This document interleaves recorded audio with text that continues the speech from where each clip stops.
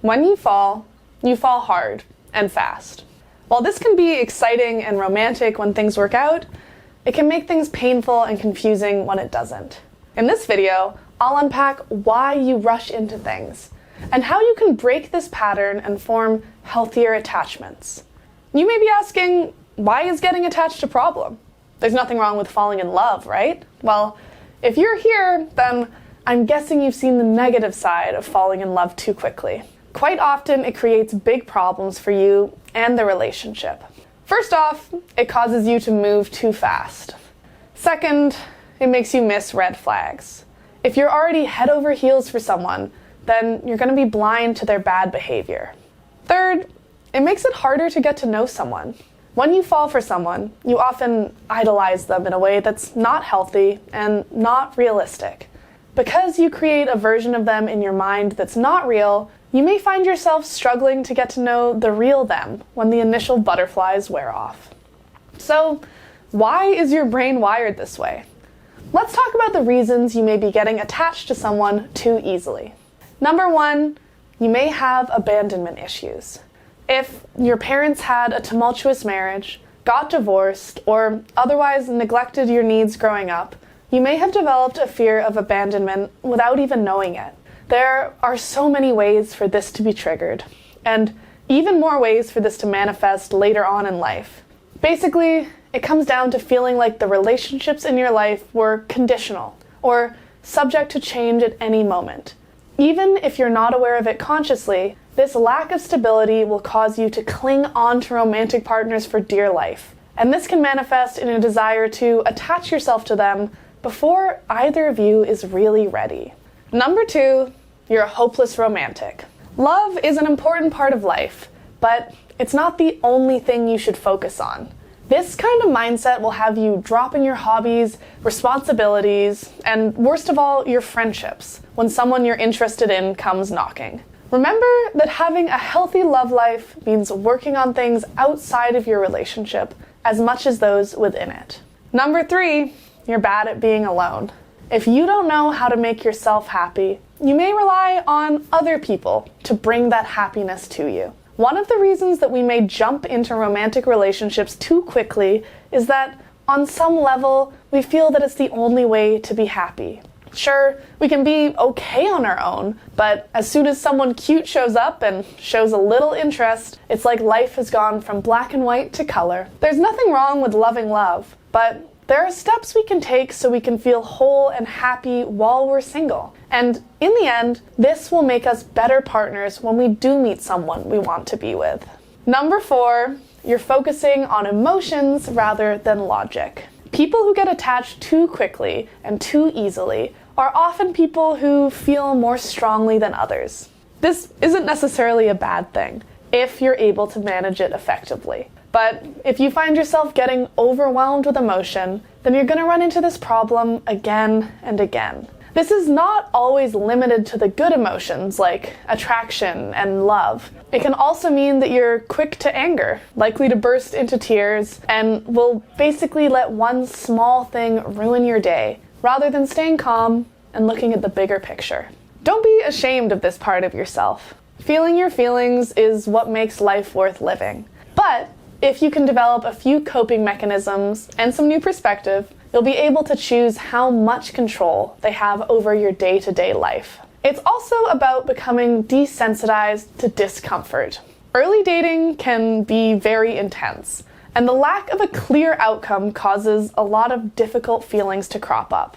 Instead of trying to run from these feelings by clinging to this other person, learn to acknowledge them and sit with them a minute. While they may feel intolerable, the more you do this, the more quickly they'll fade. Talk therapy can also be a great way to sort these things out. Therapy doesn't always have to be about solving an immediate crisis or working through depression or other issues. Therapists can help you develop skills that you might not be able to acquire otherwise. So, if you think it could work for you, I encourage you to take that step. Beyond therapy, there are other ways to fight this tendency to get attached sooner than you'd like. If you found a method that works for you, please share it with us in the comments below. You guys always come up with amazing things that I'd never even considered. And while you're here, please hit that like button and subscribe to this channel for brand new videos like this one. Live in the moment. One reason we may get attached too easily in our relationships is because we're always chasing what's next. Because of this, we get hung up on what's next and miss what's happening right now. A good way to combat this is to simply focus on mindfulness and living in the moment. That doesn't have to mean meditating or anything like that, although it can. It's really about being present as much as possible. This can help to avoid a lot of anxiety and also stop you from creating a false narrative that might not match up with how things actually turn out. So, you had a great date, where you got to know this person and the two of you really connected on a deep level. Maybe they're the one. Maybe you two are gonna run away together and live abroad. Maybe you'll get married and live happily ever after. And maybe you'll never see them again. Anything can happen. So let's focus on the facts. You had a great date and you really connected with another person. That's rare, and that's worth savoring. Don't miss out on a good thing by obsessing on what it means or what comes next. Look at your life. Many people who get attached too easily do so because they're dissatisfied in other areas of their lives. I don't advocate for the idea that you can't be happy in a relationship unless you've already perfected being single, but if you're facing this problem, you should consider looking for ways you can improve your life in a more general sense.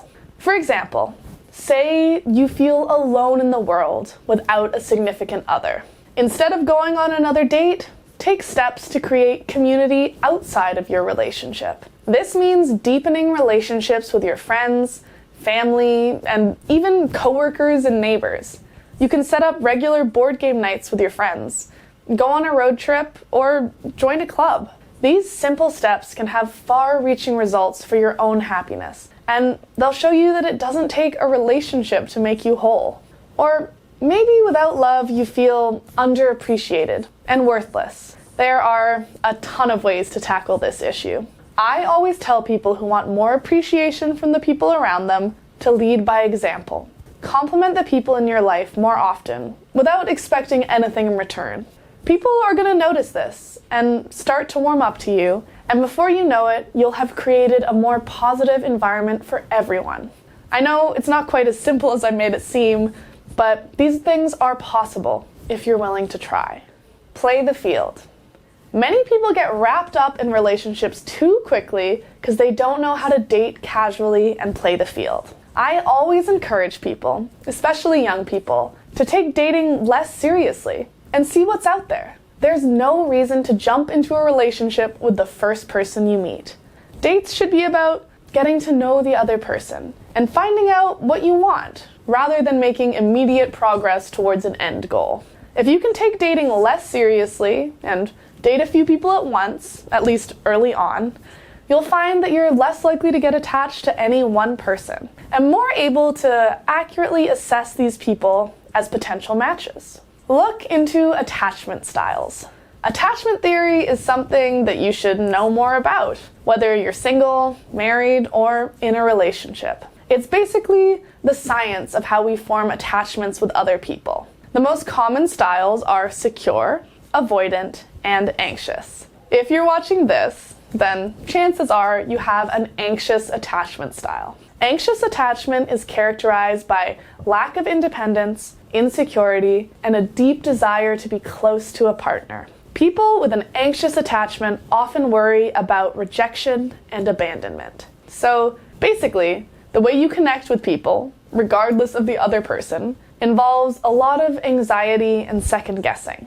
To combat this, you'll often try to get as close to this person as possible. This will help quell your anxiety, but it'll create all the problems we've been talking about in this video. Anxious attachment isn't a problem to be solved. It's just a trait, like a Myers-Briggs type, or whether you're an introvert or an extrovert.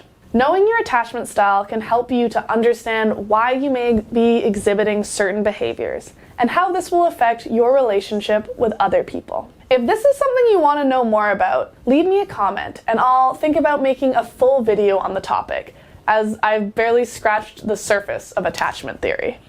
Focus on other things.